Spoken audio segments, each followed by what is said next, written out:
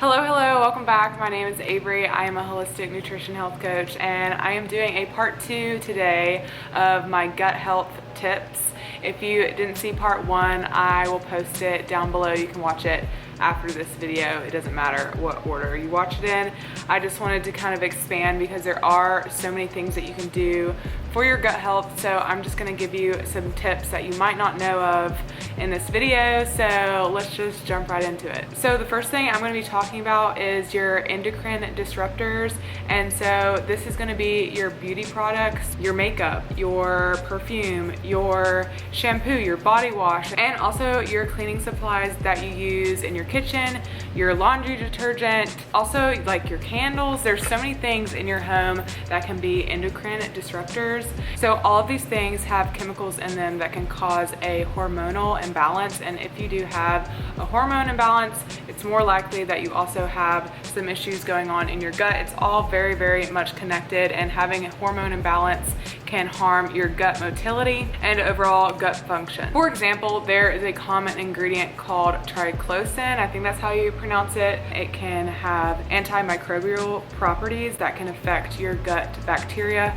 So it's really just easiest to stick to clean ingredients, natural cleaners, natural beauty products, things that don't have fragrances. I know that's way easier said than done, but just do the best you can and eliminate these endocrine disruptors wherever you can. Okay, the second thing I'm going to be talking about is alcohol. So as most of us know, alcohol is a toxin. Alcohol is a very social thing. It's a very cultural thing, but at the end of the day, it's very inflammatory and can cause a lot of gut issues. It really harms the lining of your gut. It can increase your intestinal permeability, which can cause leaky gut. I will be talking about leaky gut a lot in this video, but it can cause leaky gut, which basically allows toxins and particles and food to go into your bloodstream and just cause a lot of inflammation. So reducing the amount of alcohol that you drink is going to be super beneficial for your gut health. The third thing I'm going to be talking about is sugar. So we all love sugar. There's no doubt about that. I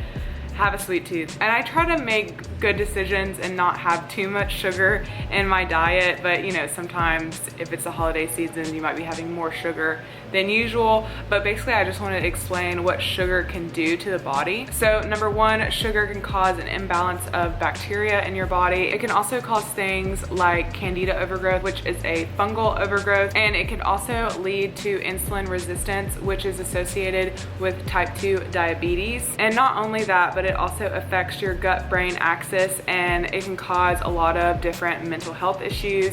And so you really just want to kind of lower your sugar intake. Every once in a while, it's fine. And you can obviously have alternatives like dates or fruit and berries, things like that.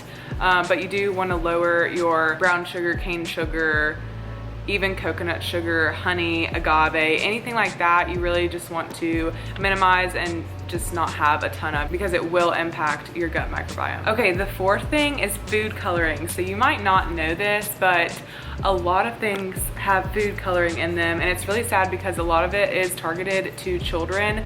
So this is your red 40, yellow 5, yellow 6. It's in things like candies, sodas, cereal, frosting. It's even in makeup. So it's kind of everywhere, and in a lot of packaged foods, when you eat a lot of things that have this food coloring, it can create a gut dysbiosis and can cause things like ADHD in children and other behavioral issues. It can cause other things like allergies and even cancer. And our body is just not meant to have these chemically made coloring. Like, it's not meant to absorb that. And so I know some companies are coming out with natural food coloring like turmeric or beets and things like that. But yeah, a lot of packaged foods, a lot of candy on the market has these food colorings, and so you definitely want to avoid them whenever you can, and definitely have them in moderation. The next thing I'm going to be talking about is binge eating. I know this might be triggering for some people, so if it is, you don't have to watch this part, you can skip over it. Usually people are binge eating on unhealthy foods, a lot of processed and packaged foods, and honestly, the people that are creating this food want it to be addicted and want you to eat more of. So a lot of the times it's really not your fault, it's the fact that they're putting chemicals in this food that make it so addictive.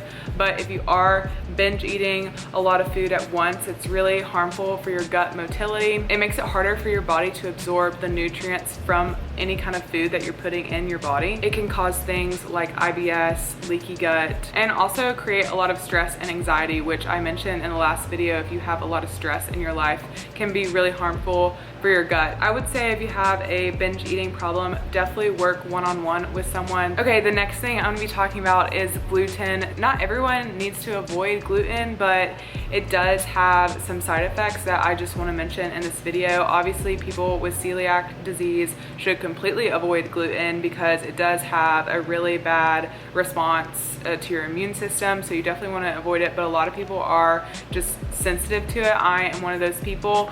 It doesn't happen all the time either. I think it really depends, but basically gluten is this protein in things like barley and rye, wheat, but it's also in like shampoo and spices. It's in like kind of random places too, so just be aware of that. It can be in other places besides your food. So what it can do is it can stimulate the release of zonulin, which this is a marker for leaky gut. This is how I tested for leaky gut. I did a zonulin test.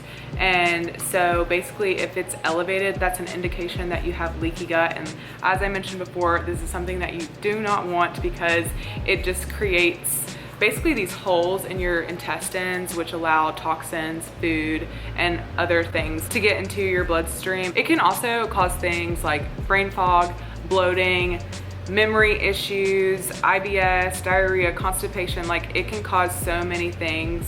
And so if you want to do an elimination diet, I would say try to do that for maybe 2 weeks or a month if you want to eliminate gluten. If you're having some of those issues, those digestive issues, maybe gluten is your problem. Okay, the next thing I'm gonna be talking about is dairy. So this can be controversial, and I'm not saying that this applies to everybody, but some dairy can be harmful to your gut health, especially the dairy in the US that are from cows on conventional farming, that are fed with things that have pesticides sprayed on them, that are in feedlots, that are in a bad environment. They may even have added hormones to them or antibiotics. I'm talking about dairy that comes from that type of cow or sheep or whatever. And a lot of people are lactose intolerant. So the lactose is basically a sugar that's from the milk. And if you are lactose intolerant, you're not producing enough enzymes to digest the lactose. And that can lead to a bunch of different issues like bloating, diarrhea, constipation, all those things. And eating that kind of dairy all the time, it can create a lot of inflammation. I think that's the biggest thing with dairy is the inflammation that it can cause, especially if it's from a cow that was living a terrible life.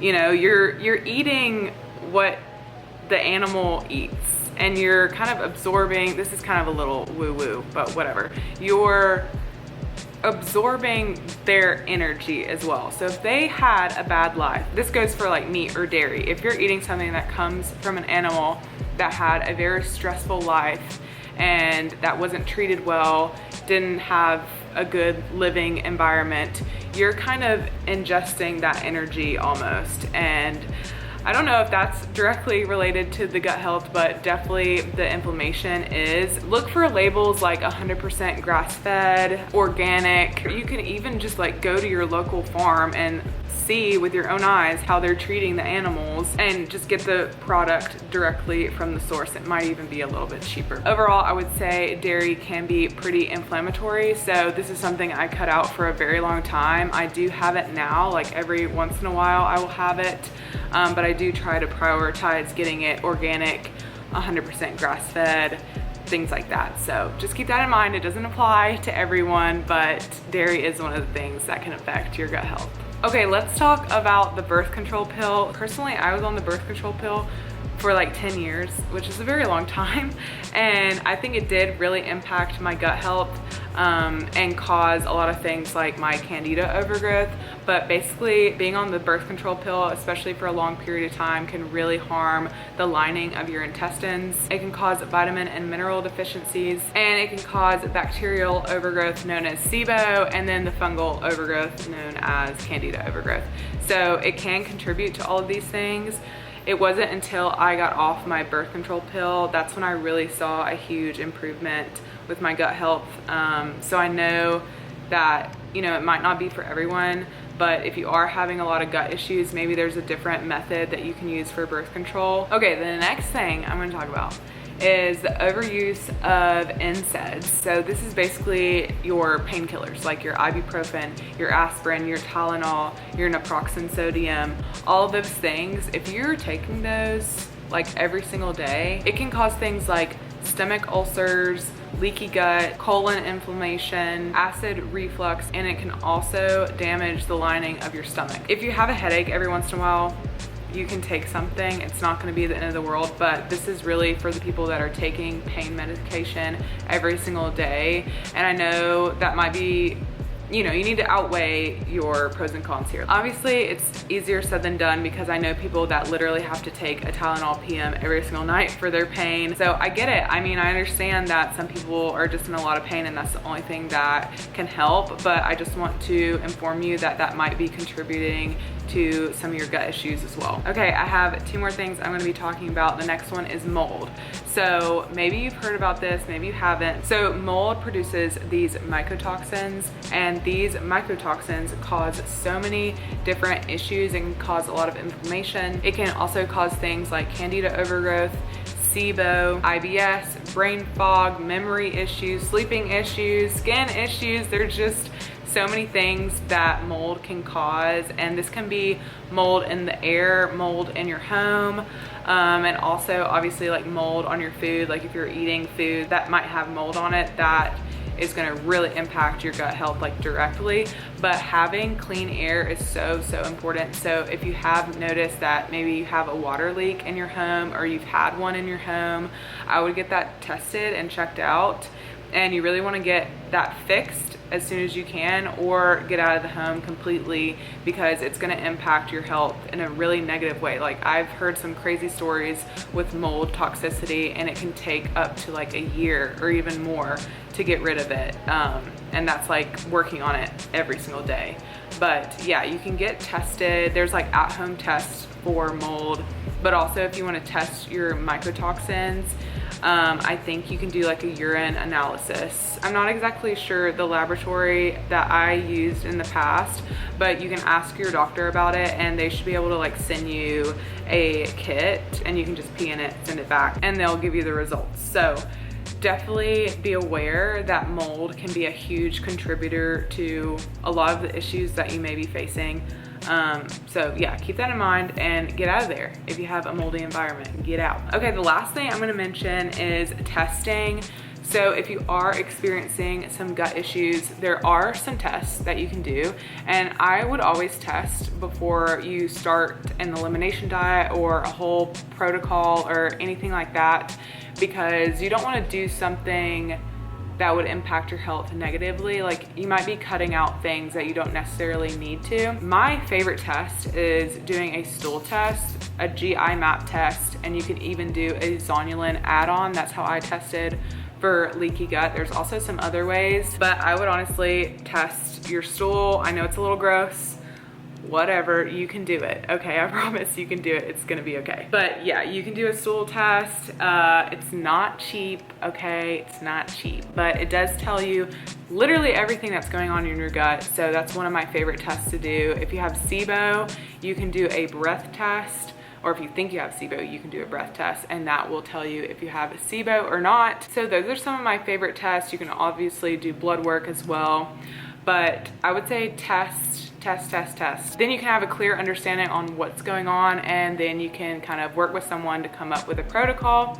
So just keep that in mind. I hope that you found these tips helpful. Give this video a like if you liked it. Go watch the other one if you haven't already. And that's it. Don't forget to subscribe and check out my website if you're interested in any of my ebooks or if you want to work together one-on-one. I would love to chat with you in the comments down below, so feel free to leave a comment. And thank you so much for watching. I'll see you in my next one.